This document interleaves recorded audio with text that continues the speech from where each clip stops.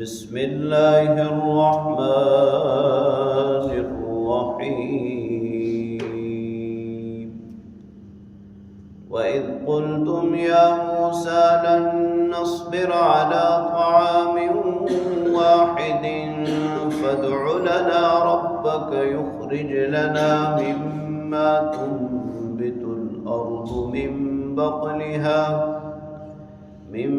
بقلها وقثائها وفومها وعدسها وبصلها قال أتستبدلون الذي هو أدنى بالذي هو خير اهبطوا مصرا فإن لكم ما سألتم وضربت عليهم الذلة والمسكنة وباءوا بغضب من الله ذلك بأنهم كانوا يكفرون بآيات الله ويقتلون النبيين بغير الحق ذلك بما عصوا وكانوا يعتدون صدق اللہ وصدق رسولہ النبی الکریم۔ سورہ بقرہ کی آیت نمبر 61 کی تلاوت آپ نے سماعت کی، ترجمہ سماعت فرمائیں۔ وَإِذْ قُلْتُمْ، اس وقت کو یاد کرو جب تم نے کہا، یا موسیٰ، اے موسیٰ، لن نصبر علی طعام واحد، ہم ایک ہی طرح کے کھانے پر صبر نہیں کر سکتے، فادع لنا ربک، اپنے رب سے ہمارے لیے دعا کیجئے، یخرج لنا، ہمارے لیے نکالے، مما تنبت الارض، وہ چیزیں جنہیں زمین اگاتی ہے، من بقرہا، جیسے ترکاریاں، وقثائہا، ککڑی، وفومہا، گندم، وعدسہا، دالیں، وبصلہا، اور پیاز۔ قال اتستبدلون الذی هو ادنی بالذی هو خیر، موسیٰ علیہ السلام نے کہا کہ کیا تم بدلنا چاہتے ہو بہتر چیز سے ادنا چیز کو؟ اہبطوا مصرا، اس شہر میں داخل ہو جاؤ، فإن لکم ما سألتم، وہاں تمہارے لیے وہ ہے جو تم مانگتے ہو، وضربت علیہم الذلۃ والمسکنہ،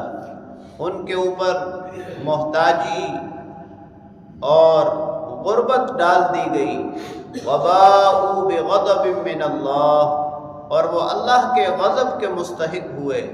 ذالک بانہم، یہ اس لیے، کانوا یکفرون بآیات اللہ، کہ وہ ہماری آیتوں کا انکار کرتے تھے، ہمارے احکام کا انکار کرتے تھے،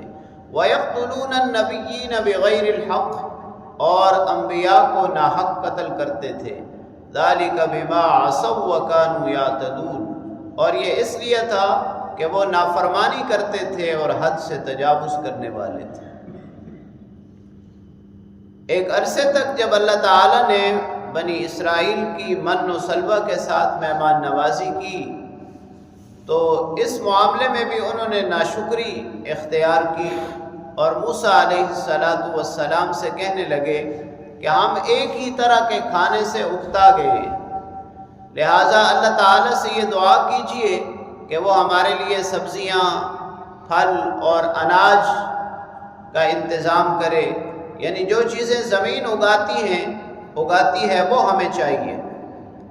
موسیٰ علیہ السلام نے انہیں سمجھایا کہ دیکھو تمہارے پاس جو ہے وہ اعلیٰ چیز ہے اور اس کے بدلے تم ادنا چیز مانگ رہے ہو، یعنی ادنا چیز کے بدلے تم اعلیٰ چیز کو دھتکار رہے ہو اور اعلیٰ کے بدلے ادنا مانگ رہے ہو، لیکن ان کو کچھ سمجھ نہ آیا۔ پھر موسیٰ علیہ السلام نے اللہ تعالیٰ سے دعا کی،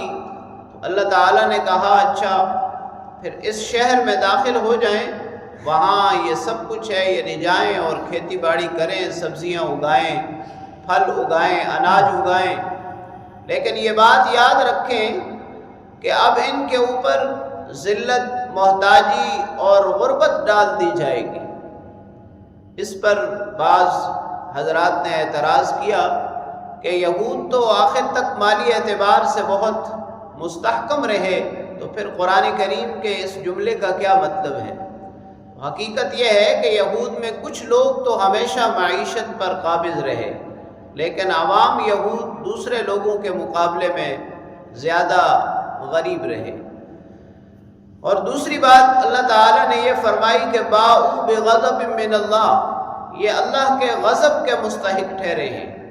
اور یہ اللہ کا غضب ان پر کیوں ہے، اس کی 4 وجوہات بیان فرمائی۔ پہلی بات یہ ہے کہ کانوا یکفرون بآیات اللہ کے احکام کا انکار کرتے ہیں، یعنی جب بھی کوئی بات آتی ہے، اللہ کی طرف سے کوئی حکم آتا ہے تو اس میں حیل و حجت کرتے ہیں، طرح طرح کی باتیں نکالتے ہیں، اللہ کے حکم کو قبول نہیں کرتے، مانتے نہیں ہیں۔ جیسے موسیٰ علیہ السلام تورات کی تختیاں لے کر آئے تو کہنے لگے کہ ہم تو اس وقت تک نہ مانیں گے جب تک اللہ ہم سے نہ کہے، اور جب اللہ تعالیٰ نے کہہ دیا تو پھر کہنے لگے ہم اس وقت تک نہ مانیں گے جب اللہ کو دیکھ نہ لیں۔ تو یہ پہلی غلطی ان کی، جس کی وجہ سے ان کے اوپر محتاجی، ذلت، غربت اور وہ اللہ کے غضب کے مستحق ٹھہرے۔ دوسری، یقتلون النبیین بغیر الحق، سب سے زیادہ یہود نے انبیاء کو قتل کیا، حتیٰ کہ حضرت زکریا اور حضرت یحییٰ علیہ السلام کو بھی انہوں نے ہی قتل کیا۔ بہت سے انبیاء کو قتل کرنے والے ہیں، اور روز قیامت سب سے زیادہ اللہ کے غضب کا مستحق وہ شخص ہوگا جسے کسی نبی نے قتل کیا یا اس نے کسی نبی کو قتل کیا۔ ظاہر نبی بغیر کسی وجہ کے قتل نہیں کرتا، کوئی شخص حد سے تجاوز کرتا ہے تو اسے نبی قتل کرتا ہے، اور جو خود نبی کو قتل کر دے تو کتنا بڑا گناہ ہے۔ ذالک بما عصوا وکانوا یعتدون۔ تیسری چیز فرمایا نافرمانی، ہر چیز میں، ہر معاملے میں انہوں نے نافرمانی کا راستہ اختیار کیا اور حد سے تجاوز کیا۔ ان غلطیوں کی وجہ سے، ان گناہوں کی وجہ سے، ان جرموں کی وجہ سے ان کے اوپر ذلت اور محتاجی بھی ڈال دی گئی، اور وہ اللہ کے غضب کے مستحق ہوئے۔ اللہ کریم سے دعا ہے اللہ تعالی ہمیں اپنی نعمتوں کے شکر کی توفیق نصیب فرمائے اور اپنے احکام پر عمل کی توفیق نصیب فرمائے۔